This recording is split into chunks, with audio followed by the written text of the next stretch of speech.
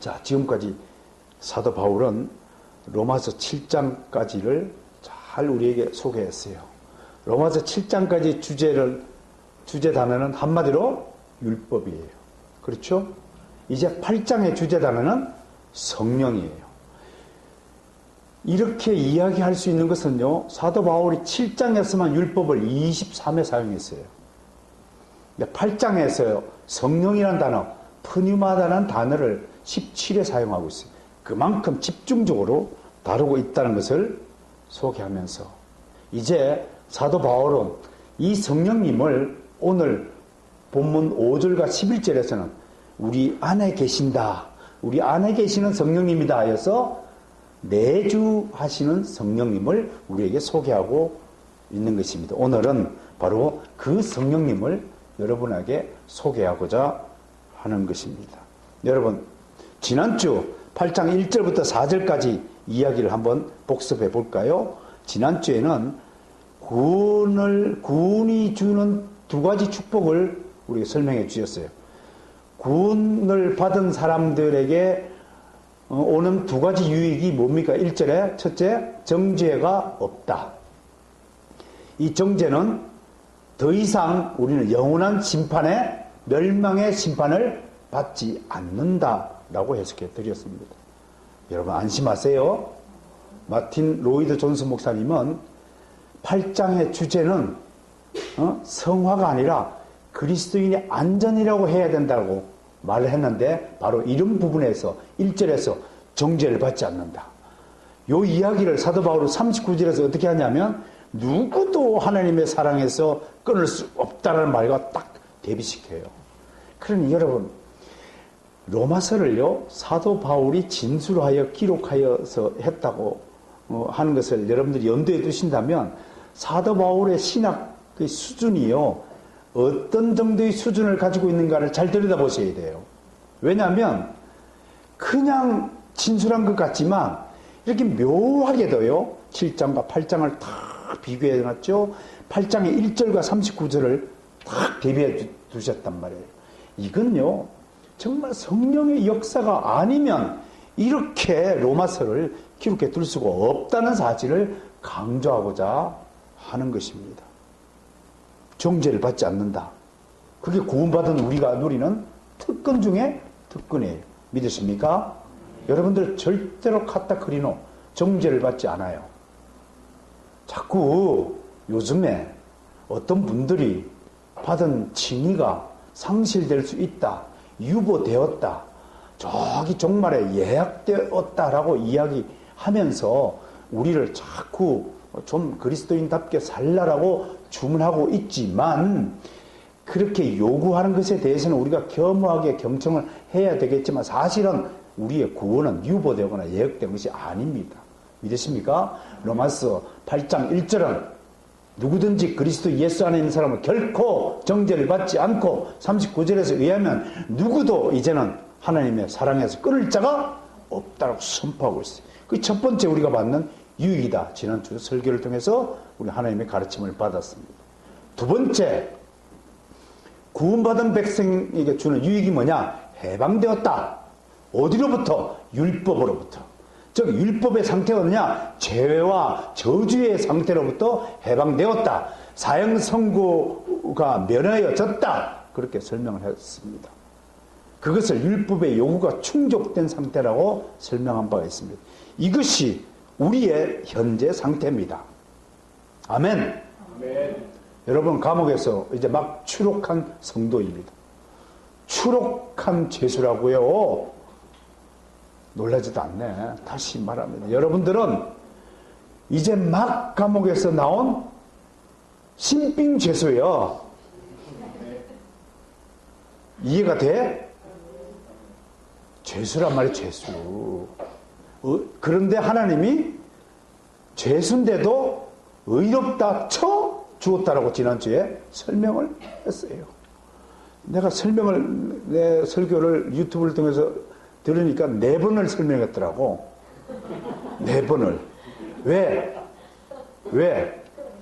알죠? 이유가 지난주 설교 들으시면 알아요. 왜 4번씩이나 설명하고 보충하고 또 중복 설명하는가? 그건 뭐 잘 알죠. 우리가 어떤 상태인지. 우리가 그렇게 썩 훌륭한 머리를 가진 사람은 절대로 아니다라고 하나님이 판단하신 거예요. 그게 우리 상태예요.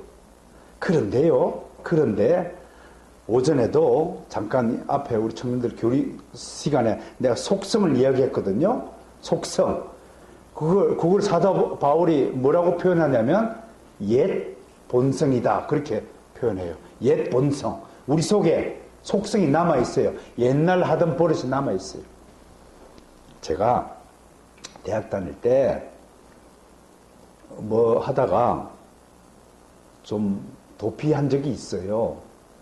거룩하지 못한 일은 아니고 저희가 7, 8학번쯤 되면 사회가요 엄청 소란스러울 때예요. 우리 학교 교정에 캠퍼스에 우리보다 먼저 형사들이 나와서 지들이 먼저 출석을 불러요. 정형사, 네. 박형사, 네. 오형사, 네. 그런 시절이 있었어요. 상상이 안 되죠. 학교에 페퍼보고차가 상주해 있고 좀 문제되는 교수의 강의실에는 항상 이러고 서 있는 사람이 있었어요. 소설 속에 나오는 법한 얘기죠, 여러분들은. 그런 시절이 있었어요. 그때 아무튼 제가 강원도 8호라고 혹시 아시나요? 이승만 대통령께서 6.25 전쟁 때에 그 8호 전투에서 중공군을 18,000명을 사살한 계곡으로 유명한 계곡입니다. 그래서 오랑캐를 깨부셨다 해서 그걸 호수로 만들어가지고 8호호라 이름을 지었어요. 그 깊이가 150m 넘어요. 거기에서 어떤 분을 만났는데 손이 잘렸어요. 손이 이렇게 잘렸어요. 다 잘렸어요. 그래서 선생님 왜 손이 잘렸어요? 그런 일이 있었습니다. 그런데 그분이요 동네 사람들하고 화투를 치는데 그 잘린 손에다 화투구창을 끼고 저걸 떨치고 있어. 알고 보니까 옛날 유명한 도박꾼이야. 도박하기 싫다고 손을 잘랐대 자기가.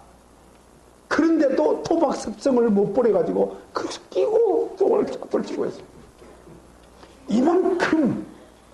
이만큼 속성, 옛 본성 무서운 거예요.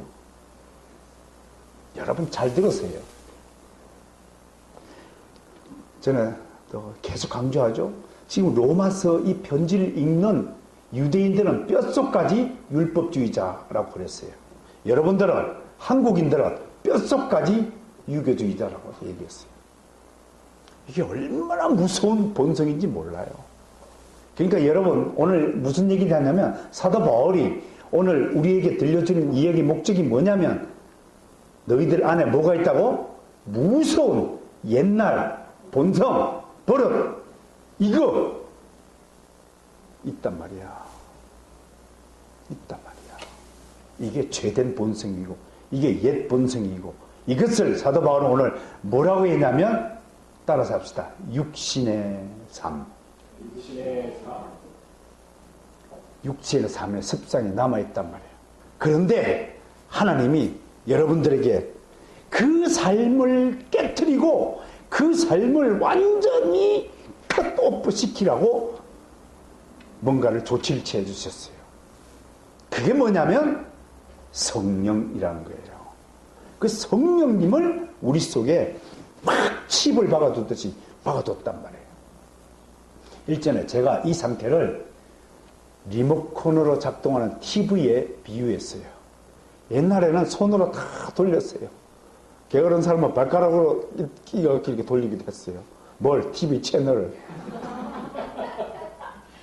웃으신 분은 발가락으로 돌려보신 경험들이 다 계신 분들이에요. 그만큼 게으른 사람들이에요. 그럼 손으로 돌리면 될 걸. 어떤 사람은 긴 잔디에다가 그걸 매달아가지고 이렇게 돌리기도 했어요. 그 아날로그 시대 때를 생각해 보세요. 근데 지금은 어떻게 TV를 켜나요? 리모컨으로 켜요. 그 리모컨이 켜지는 작동 원리가 뭐죠? TV 안에 리모컨 센서를, 칩을 심어 둔 거예요. 그래서 리모컨을 누르니까 반응을 하는 거죠. 맞죠? 자, 내가 지금 우리의 상태, 하나님이 우리 속에 있는 더 더러운 옛날 일들, 속성들을 이기기 위해서 그걸 극복하고 싸워서 이기라고 뭘 줬냐면 성령이라는 칩을 주었어요.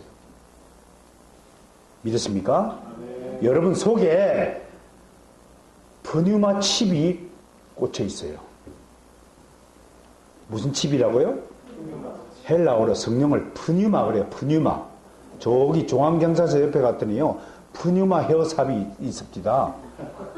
여러분 가게 이름을 지어도 이렇게 좀 지어봐. 그랬더니 세상 사람은 안 오고 그리스도인들만 온다고 하는지 모르겠어요. 아무튼 프뉴마 칩이 여러분이 꽂힌 거예요. 그게 하나님이 비밀리에 믿는 자 안에 심어둔 특별한 조치라고 말하는 것이에요. 여기까지가 이해가 됐습니까? 아멘? 그런데 문제는 그 다음부터 일어나는 거예요. 이것에서 문제가 해결된 것이 아니에요. 여러분 TV를 보려면 어떻게 해야 됩니까? 내 손으로 리모컨을 눌려야 됩니다. 말로 하면 됩니까? TV야 켜져라. 그런 날이 오겠죠. 왔는지도 모르겠어요. 왔습니까? 오, 우리 교회도 그런 TV 하나 장착을 했으면 좋겠어요. 문제는 TV를 켜기 위해서는 리모컨을 눌려야 하듯이 옛날 본성, 옛날 나쁜 습성을 이기기 위해서는 어떻게 해야 되느냐? 어떻게 해야 되느냐? 성령과 함께 해야 된다 이겁니다. 그것이 오늘의 말이에요. 물론 어떻게 하는 것이 성령과 함께 하는 것이냐는 다음 시간에 또 들려줄 이야기예요. 비법은 말씀 읽을 때 성령의 칩이 센서가 탁 나타나는 거예요. 기도할 때 센서가 탁 나타나는 거예요. 찬양을 뜨겁게 할 때 센서가 팍 불이 켜지는 거예요. 아멘? 그거 하고 이제 도덕적으로 살아야 되겠지만 무엇보다도 제일 먼저 우리 속에 있는 푸니바 칩을 작동시키려면 뭐부터 한다고요? 이 성경이 하나님의 말씀임을 믿으시기를 주 이름 축원합니다. 이게 제일 중요한 거예요. 그래야 성령께서 기쁨으로 우리 화답하시는 거예요. 문제는 그러면 육신의 칩은 요거를 따라서보다 사렉스 칩. 내가 이름을 여러분들이 이해하라고 하는 거예요. 사렉스 칩이 여전히 있어요. 이게 사라지지 않았어요. 근데 요거는 아날로그 손으로 돌리는 거고 푸뉴마 칩은 리모컨으로 작동한 것이라고 제가 비유를 들어서 설명했습니다.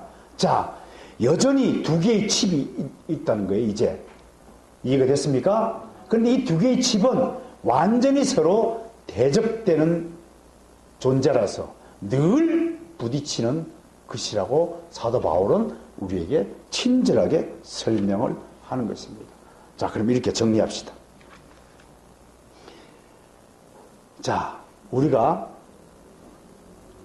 창세 전에, 영원 전에, 우리가 모태에 짓기도 전에 우리는 하나님의 택함을 받아 구별되어진 하나님의 자녀임을 믿으십니까? 그 자녀가 하나님의 복음을 듣고 믿음을 선물로 받은 사실을 믿으십니까? 그 믿음을 선물로 받은 여러분들이 하나님으로 다시 의롭다 칭함을 받고 정죄로부터 벗어났음을 믿습니까? 하나님의 진노와 저주로부터 벗어난 것을 믿으십니까? 그 상태, 이제 여러분들은 하나님의 자녀가 되었습니다. 그런데 그 하나님의 자녀 안에 두 개의 칩이 있다, 두 개의 본성이 있다라고 사도 바울은 설명을 합니다. 그것을 잘 들으셔야 됩니다. 이것을 잘 듣고 이해하셔야만 여러분들이 바른 신앙생활을 할 수 있습니다. 여러분들이 나하고 다른 존재에 대해서 이해의 폭을 넓힐 수 있는 것입니다. 여러분들이 신앙생활하면서 무슨 그리스도인들이 저래? 라고 생각되어질 만큼 엉터리 같은 신앙생활 하는 그리스도인의 정체를 우리가 분명히 파악할 수 있는 능력이 생기는 것입니다. 그러므로 여러분들은 나 자신뿐만 아니라 이웃의 그리스도인들에 대한 태도와 생각, 그들과 어떤 관계를 맺어야 될 비법을 배우고 싶다면 오늘 설교를 잘 들으셔야 하는 것입니다. 자, 옛 본성을 사도 바울은 뭐라고 이름을 붙이냐면 육신, 헬라어로 사르크서. 자, 개혁교회 성도쯤 되면 이 정도 헬라어는 좀 기억해야 되겠죠. 사르크서라고 하는 본성과 프뉴마라는 본성 두 개가 내 안에 심겨져 있는 것입니다. 그러니까 여기서 좀 우리가 경계해야 될 것은 어떨 때에는 육신이 성령을 이기는 것처럼 보이기도 한다는 것입니다. 어떨 때 육신에 완전히 점령당한 것처럼 내가 느껴질 때가 있다고 하는 것입니다. 이럴 때에 이런 교리적 지식이 약한 성도들은 흔들릴 수 있는 것입니다. 자신이 마치 주님으로부터 버림을 당한 것처럼 느껴지기도 한다는 것입니다. 나 혼자뿐이라는 그 외로움, 그 고독한, 그 우울함, 외로움 처할 수 있다고 하는 것입니다. 우리만 그런 것이 아닙니다. 성경에는 이런 처지에 놓여 있었던 수많은 위인들이 있습니다. 욥이 그렇죠. 다윗은 어떻습니까? 다윗은 하나님의 마음에 합한 자라고 평을 들을 만큼 훌륭한 인물이었지만 그도 위기에 처하자 자신을 이렇게 비관하며 노래했습니다. 우리 시편을 좀 영해 보겠습니다. 그 위대한 믿음의 영웅 다윗도 이렇게 육신의 전투에서 패배 지경 앞에 놓였을 때 자기 자신을 어떻게 비관하며 노래했는지를 보게 될 것입니다. 시편 10편부터 우리가 보겠습니다.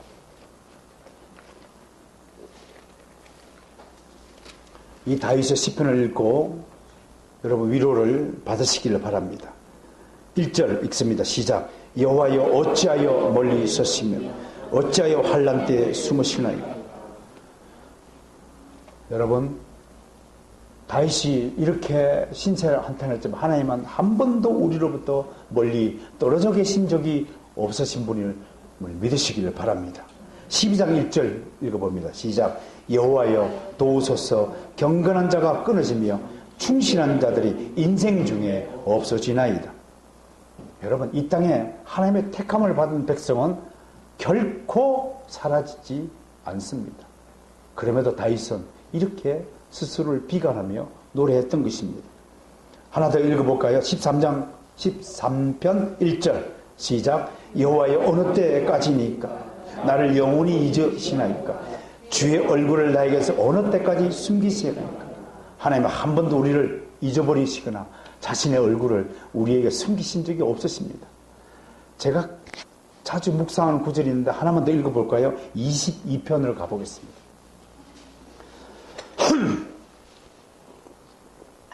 22편 1절 시작. 내 하나님이여 내 하나님이여 어찌하여 나를 버리셨나이까. 어찌 나를 멀리하여 돕지 아니하시며 내 신음소리를 듣지 아니하시나이까.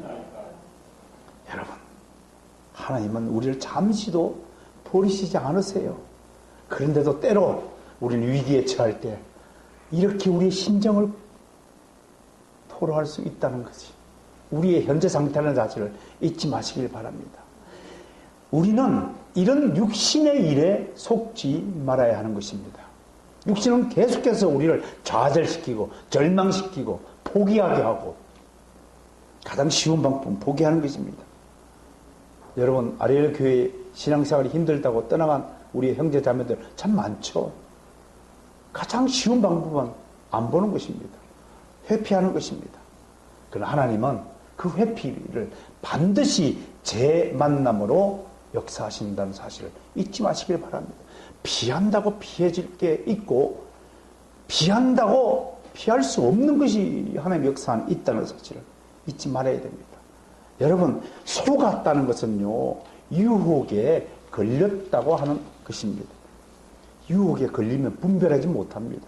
분별하지 못하면 자꾸 옳은 것을 그러다 하고 잘못된 것을 옳다고 착각하는 현상이 자꾸 나타나는 것입니다. 남들은 다 틀렸다고 하는데 자기 혼자 우기게 되는 것입니다.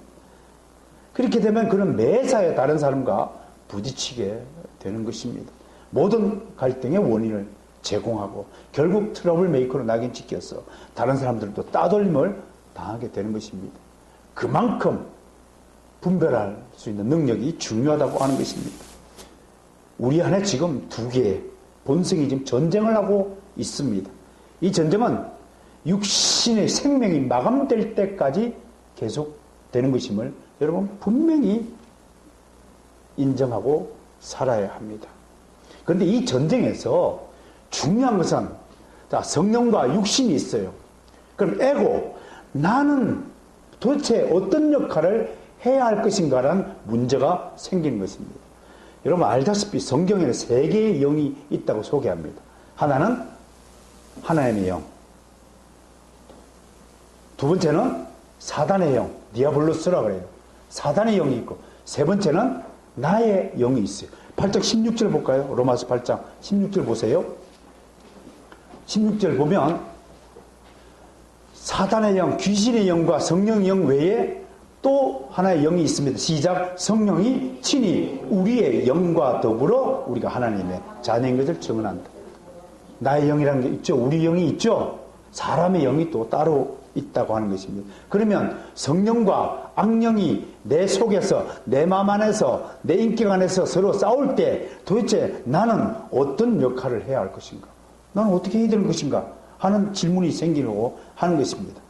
정리하면 사단은 계속 우리 육신을 하여금 죄를 짓도록 유혹하고 있습니다. 성령은 그런데 우리의 영을 성령을 쫓도록 계속 우리에게 독려하고 인도하십니다. 그런데요, 여러분들의 믿음의 정도에 따라서, 여러분들의 믿음의 수준에 따라서 육신이 이기는 확률이 많은지 성령이 이기는 확률이 많은지를 여러분 점검해 봐야 됩니다. 우리 수많은 청교도 선조들은요, 바로 이 테스트를 매일같이 하고 살았던 것입니다. 마르틴 루터가 하루에 3시간씩 무릎 꿇고 기도를 괜히 했겠습니까? 존 오웬 목사님, 토마스 왓슨 목사님, 리처드 백스터 목사님, 그 위대한 청교도 우리 선배들이 왜 하루에 서너 시간씩 무릎을 꿇고 기도했겠습니까? 적어도 그 시간만큼은 육신을 이기기 위한 몸부림이 아니었겠습니까?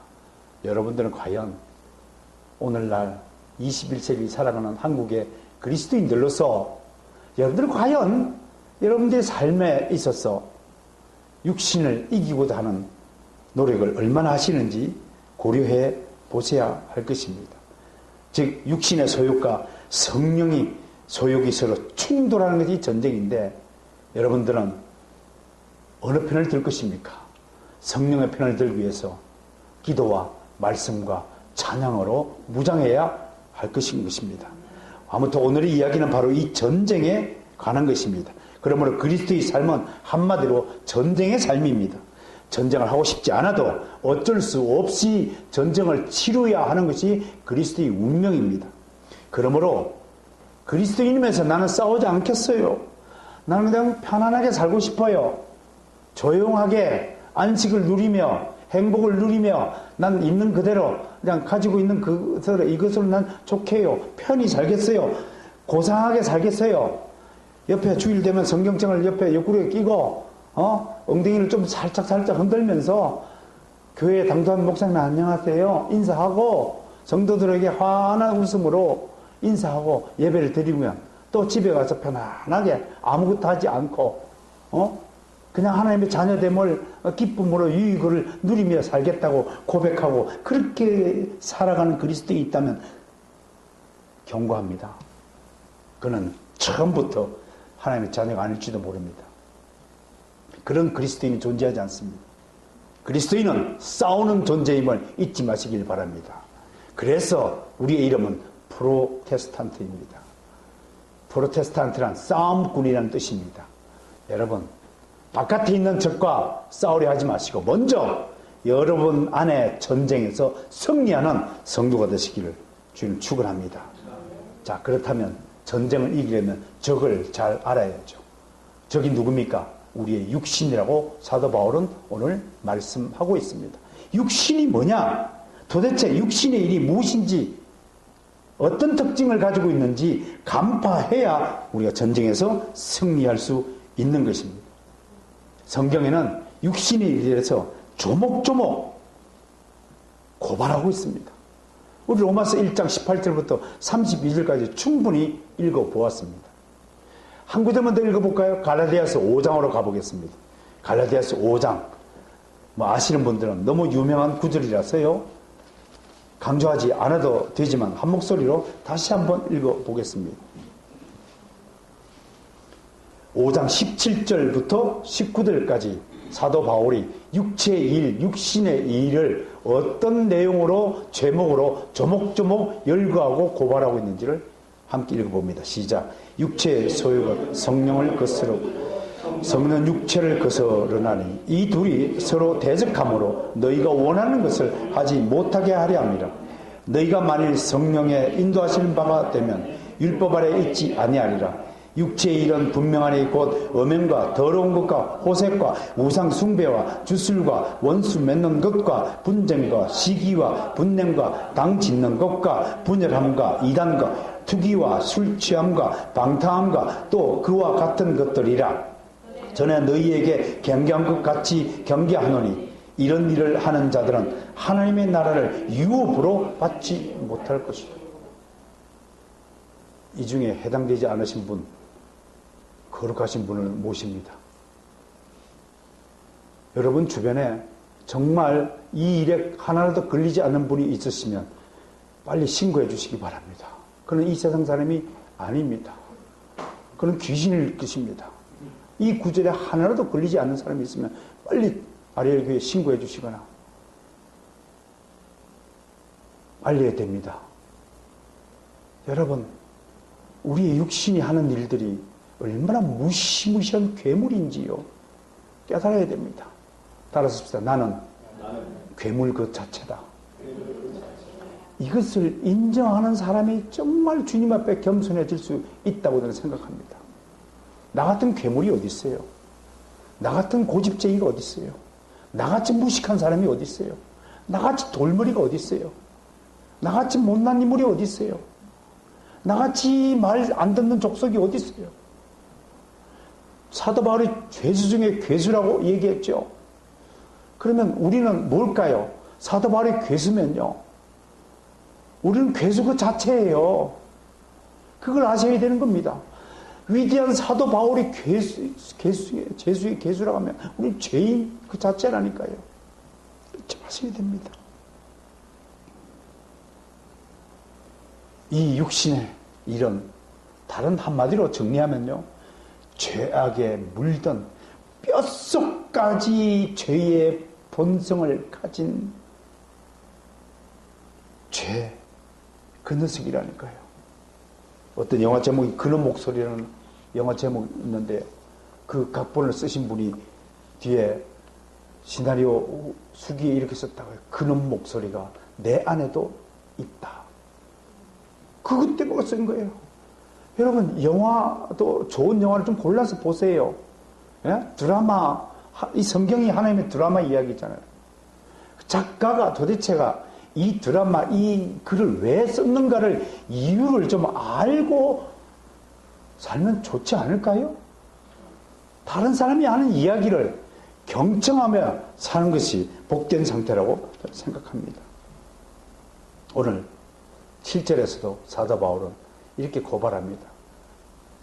육신의 생각은 하나님의 원수가 된다. 8절에서는 육신의 일은 하나님을 기쁘시게 못한다. 왜? 육신의 일은 히브리서 11장 6절에 하면 믿음이 없이는 하나님을 기쁘시게 못하나니 9절과 대조시킨다면 육신의 일은 믿음이 없는 상태를 육신의 일이라고 설명할 수 있는 것입니다. 따라서 합시다. 육신의 일은 믿음이 없는 상태고 믿음이 없이는 하나님을 기쁘시게 못한다. 이것이 사도 바울의 정의입니다. 이게 우리 육신의 일입니다.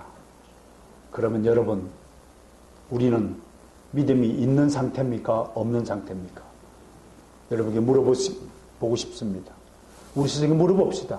나는 믿음을 가진 존재인가? 믿음이 없는 존재인가?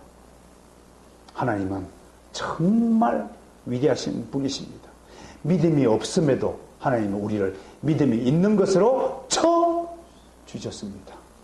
그것이 하나님의 은혜인 줄 믿으시길 바랍니다. 이 정도만 살펴도 오늘 말씀을 통해서 우리 육신의 일이 얼마나 죄악된 일이며 하나님을 슬프게 하는지 알 수 있습니다. 그런데 여기서 주의를 요하는 두 가지 말씀을 듣고 오늘 말씀을 정리할까 합니다. 첫 번째, 육신의 일이 이렇게 더럽고 추악하고 죄악된 것이라 해서 육신의 일을 완전히 버리겠다고 각오하고 나선 사람들이 기독교 역사상에서 나타났습니다. 자기 몸을 학대하는 것으로 나타났습니다. 어떤 분은 기둥에 올라가고 3년 동안 살았던 성자 아닌 성자도 있었습니다. 시몬이라는 성자가 있었습니다. 안토니우스라는 수도사는 사막 가운데로 기어 들어가가지고 살았습니다. 이런 것들을 우리가 금욕주의, 수도주의라고 부릅니다. 그러나 분명히 기독교는 수도주의가 아닙니다. 기독교는 도 닦는 곳이 아닙니다. 지금도 기독교 안에서 도 닦겠다고 묵상하고 관상하고 모여서 도를 닦겠다고 기도 운동을 하고 하는 부류들이 있습니다. 여러분, 내가 분명히 선포합니다. 그건 기독교가 아닙니다. 기독교를 빙자한 유사 기독교는 될 수 있는데 성경에 계시된 참 기독교가 아닙니다. 기독교는 자기 몸을 학대하고 도를 닦는 것이 아닙니다. 불교의 승려처럼 하한거 동한거 굴 속에 들어가지고 도를 닦는 종교가 아닙니다. 몸이 무슨 죄가 있습니까? 몸에 익은 몸의 습관, 죄의 습성, 속성, 육신의 본능이 문제인 것이지 몸 자체가 문제가 아닙니다. 우리 잠언서에서 우리 몸의 지체 중에서 제일 억울한 녀석이 누굽니까? 혓바닥이에요, 혓바닥. 잠언에서 혀를 개갈 물리는 자는 없다라고 했는데 혀가 이렇게 천국에서 하나님 불만이 있습니다. 뭐냐? 제가 무슨 잘못이 있다고 왜 저한테 죄를 뒤집어 씌웁니까? 혓바닥이 무슨 잘못이 있어요? 그 사람의 생각, 그 사람의 가치관, 그 사람의 본성이 문제가 있지. 혓바닥은 아무 재미가 없어요. 죄가 없어요. 근데 성경 잠언서는 혓바닥을 가지고 야고보서도 혓바닥에다가 죄를 뒤집어 씌우고 있잖아요. 몸이 무슨 죄가 있어요? 몸이 무슨 죄가 있다고 그렇게 학대를 합니까? 혀가 무슨 죄가 있다고 재갈을 물립니까? 아닙니다. 우리 안에도 지금 이런 수도주의자들이 있습니다. 어떤 상담을 받았어요. 얼마 전에. 그분이 저한테 그러더라고요. 정말 참된 기독교, 참된 교회를 찾기 위해서 천국을 수배했답니다. 그리고 거룩한 장소라고 알려진 곳에 가고 금식을 기도를 열심히 했답니다. 제가 찾았습니까? 아니, 또 못 찾았다고 해요. 성도님, 형제님, 거룩한 장소는 이 땅에 없습니다.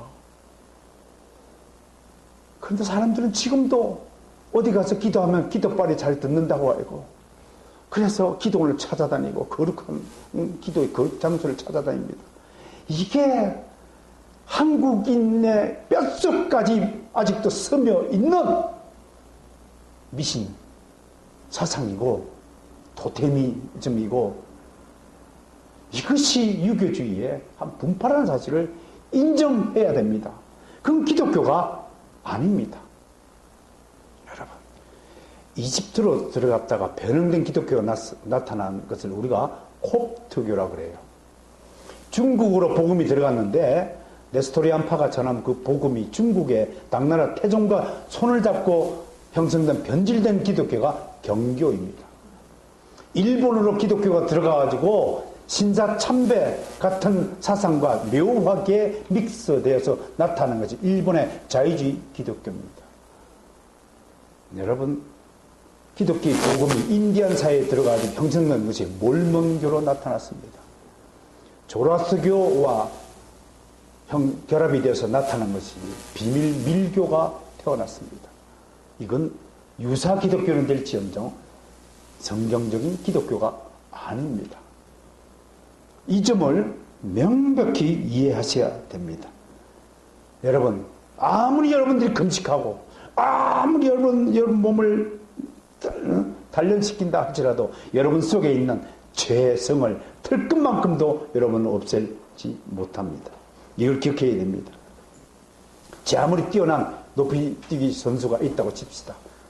그가 세계에서 최고의 높이뛰기를 한다 할지라도 그는 하나님 보좌 가까이 갈 수 없습니다. 그것이 인간의 한계입니다. 세상은요, 하늘은 스스로 돕는 자를 돕는다고 말합니다. 그러나 하나님의 은혜는 이렇게 말합니다. 사람이 어렵다 함을 얻는 것은 율법의 행위에 있지 않고 오직 믿음으로 되는 줄 우리가 인정하노라. 그 사도 바울의 고백이었습니다. 두 번째, 오늘 육신에 대해서 조심해야 될 유형이 있습니다. 이것은 바로 정죄주의라고 하는 것입니다. 이 정죄주의는 도덕주의자들이 주로 쓰는 무기입니다. 예를 들면 이런 것입니다. 조금 전에도 설명했다시피 어떤 신자가 아주 심각한 죄를 지었어요. 도저히 그리스도인에서는 할 수 없는 죄를 지었어요. 그러면 주위의 사람들이 저 사람은 신자가 아닐지도 몰라 하고 추측하고 단정하기 십상이라는 것입니다. 우리가 남을 단정하고 정죄하는 일에 조심해야 됩니다. 특히 한국인들은 다른 사람 비방하고 정죄하고 단정하고 추정하고 예단하는 일에 아주 선수들입니다. 굉장히 빠릅니다. 이거 조심해야 됩니다. 진정한 신자라고 해도 얼마든지 이교도의 유혹에 빠질 수 있습니다. 그가 이교도의 유혹에 경력을 가지고 있다 하더라도 그가 하나님의 자녀가 아니라고 말해서는 아니 되는 것입니다. 근데 한국 사회 어떻습니까? 한 번 이단은 영원한 이단입니다. 얼마나 우리 사회에 정죄주의가 많은지 모릅니다. 도덕주의자들이 많은지 모릅니다. 얼마든지 우리는 실수하고 죄를 저지를 수 있다는 사실을 잊지 말아야 됩니다. 그것을 칼빈의 가르침대로 불쌍히 여기는 마음을 가져야 하는 것입니다. 왜? 내가 바로 그러니까요. 나도 얼마든지 실수하고 잘못을 저지를 수 있다는 그 가치관, 그 배려가 믿음의 한 유형으로 우리에게 속성으로 남아있어야 하는 것입니다. 나한테는 관대하고 남한테는 엄격한 것이 육신주의입니다. 성령주의는 나한테는 매우 엄격하고 우리 형제 자매들에게 너그러운 마음으로 대하는 것이 성령주의임을 믿으시길 바랍니다. 바울은 이제 8절까지 육신의 일을 놓아난 다음에 9절에서 드디어 그 유명한 8구선을 합니다. 제가 로마서 8구선은 잊지 말라고 그랬습니다. 후반부만 요약하면 이거죠. 누구든지 그리스도의 영이 없으면 그리스도의 사람이 아니다. 따라서 합시다. 누구든지 그리스도의 영이 없으면 그리스도의 사람이 아니라. 여러분 속에 성령이 계신 줄 믿으십니까? 여러분이 성령의 전임을 믿습니까? 그럼 여러분들이 특징이 무엇입니까? 첫 번째, 하나님의 말씀을 사랑하는 것으로 나타나야 됩니다. 하나님의 아버지라고 부르면서 하나님의 말씀을 먹는 일을 최우선적인 취미생활로 삼아야 됩니다. 그러므로 성령의 사람이라면, 여러분들이 성령 충만한 사람이라면 오늘부터 당장 손에서 성경을 놓치지 않고 살아야 할 것입니다. 그것이 성령 사람입니다. 다른 거 없습니다. 공부 잘하는 학생입니까? 라고 묻는다면 그 학생은 수업 시간 때 장난치지 않고 선생님 말씀을 귀 기울여 들을 것이고 늘 책을 손에 들고 다닐 것입니다. 그렇지 않고 학파가 아니라 놀파에 속한 아이들은 교실에 수업하는 걸 보면 압니다. 왜 똑같은 교과서를 가지고 똑같은 선생님한테 똑같은 시간에 배우는데 어떤 아이는 100점 받고 어떤 아이는 0점 받냐 이거야. 누구 책임이에요? 하나님이 그렇게 만드셨다라고 우길 겁니까 또? 아니올시다. 우리의 책임이 있다는 것입니다. 내가 그리스도의 사람이라는 것을 확신한다면 여러분들은 하나님의 말씀을 사랑하는 일로부터 여러분의 삶을 시작해야 될 줄로 믿는 것입니다. 인생에서 가장 중요한 것이 무엇이냐? 그것은 Who am I? Who I am. 내가 누구냐 하는 것입니다. 내가 그리스도의 사람이 아니라면 어떤 행복과 화려함과 위대함이 주어진다 해도 그 인생 아무런 의미가 없음을 기억해야 할 것입니다. 왜요? 성령이 아니고서는 다 사라지기 때문입니다. 사라지는 것은 의미도 없고 영광도 없습니다. 모든 존재는 각자 의미를 가지고 있어요. 그건 존재하기 때문에 의미가 있는 거예요. 사라진다면 의미가 없는 것이에요. 내가 없어진다고 생각해 보세요. 무슨 하나님이 필요했어요? 내가 없는데요. 내가 살아 있어야 하나님을 뵙고 하나님의 영광도 있고 하나님께 심판도 받고 상급도 받고 영생도 누리고 하는 것이지, 내가 영원히 사라진다고 생각해 보세요. 무슨 의미가 있겠습니까? 여러분들이 성령의 사람이 아니라면 여러분들이 사라지는 존재들입니다. 하나님 기억 속에서 완전히 잊혀지는 존재가 사라지는 의미라고 하는 것입니다. 여러분, 하나님 기억 속에 여러분들이 영원토록 남아 있기를 소망하고 그럴 줄로 저는 믿는 것입니다. 더욱 8, 9서는 9절이 중요한 것은 오직 그리스도의 사람만이 성경을 읽을 때 진리를 깨달을 수 있다고 하는 것입니다. 법학 박사 한 분을 압니다. 그분과 밤새 성경의 진리에 대해서 토론을 했습니다. 그런데 그는 늘 다람쥐 쳇바퀴를 돌았습니다. 밤새도록 이야기했습니다. 그는 성경이 왜 진리인지를 깨닫지 못하였습니다. 왜 그래요? 왜요? 성령이 없으면 박박박박 살아도 절대로 하나님의 진리를 깨달을 수 없습니다. 여러분들은 아무리 돌돌돌거리라도 성경을 읽으면 이해가 되는 것입니다. 사랑하는 성도 여러분, 정말 성령의 사람임을 감사해야 되는 것입니다. 정말 매일같이 감격하고 살아야 하는 것입니다. 오만 뜨는 자들 감격이 없습니다. 자기가 잘났다고 하기 때문입니다. 제일 등신 같은 존재가 예배 시간에 앉아가지고 찬송도 안 하고 팔짱 끼고 앉아있는 사람이 제일 등신 같은 존재입니다. 그는 자기가 잘났고 똑똑한 것 같지만 사실 하나님 나라에서는 제일 등신이에요. 하나님은 기쁠 때 우리랑 함께 기뻐하는 거예요. 그리스도인은 절대로 점잔 빼면 안 돼요. 점잔은 절간 가서 하십시오. 나무 아비탑을 관세음보살 얼마나 점잖아요. 설교 점잖게 하는 게 아닙니다. 막 하는 겁니다. 설교. 왜? 하나님도 그렇게 하는 거죠. 예수님 가만히 차렷 자세하고 형제들이요 회개하시오 그렇게 했을까요? 아닐 겁니다. 여러분, 세례 요한이 광야에서 설교할 때 모습이 상상되지 않나요? 지팡이 짚고 어떻게 했을까요? 입에 분을 토하면서 회개하라 하는 고함을 치지 않았을까요? 그게 하나님의 음성이고 그게 번개고 그게 내성입니다. 여러분, 설교를 점잖게 하라고요? 그런 건 다 거짓말이에요. 하나님은 기뻐할 때 기뻐하고 슬퍼할 때 슬퍼하고 분노할 때 분노하는 것입니다. 희로애락을 우리랑 같이 하시는 분이라는 사실을 잊지 마셔야 됩니다. 그 신앙 점잖게 하지 마세요. 그렇다 까불까불 다르는 건 아니에요. 용감하게, 즐겁게, 유쾌하지 않게, 통쾌하게, 그러면서 겸손하게, 남들을 다 섬기면서 하는 것입니다. 마지막으로 한 번의 글을 소개하고 마치겠습니다. 우리한테는 85년도에 번역이 돼서 나왔는데 하나님의 마지막 말씀이라는 책의 저자죠. 토저 목사님과 함께 20세기에 아주 설교의 양대 산맥으로 알려진 분인데 도널드 그레이 반 하우스, 여러분 잘 생소하신 분입니다. 우리가 왜 불신자들이 성경을 읽고 잘 이해하지 못할까라는 설명을 하고 있습니다. 이분이. 왜 자연세계에 속한 사람들은 초자연적인 일이 믿어지지 않을까 이해합니다. 각각 개 한 마리를 끌고 시골길을 가던 두 남자가 마주쳤습니다. 그들은 이야기를 나누기 시작했고 개들도 주인과 마찬가지로 코를 맞대며 서로 교감을 나누기 시작했습니다.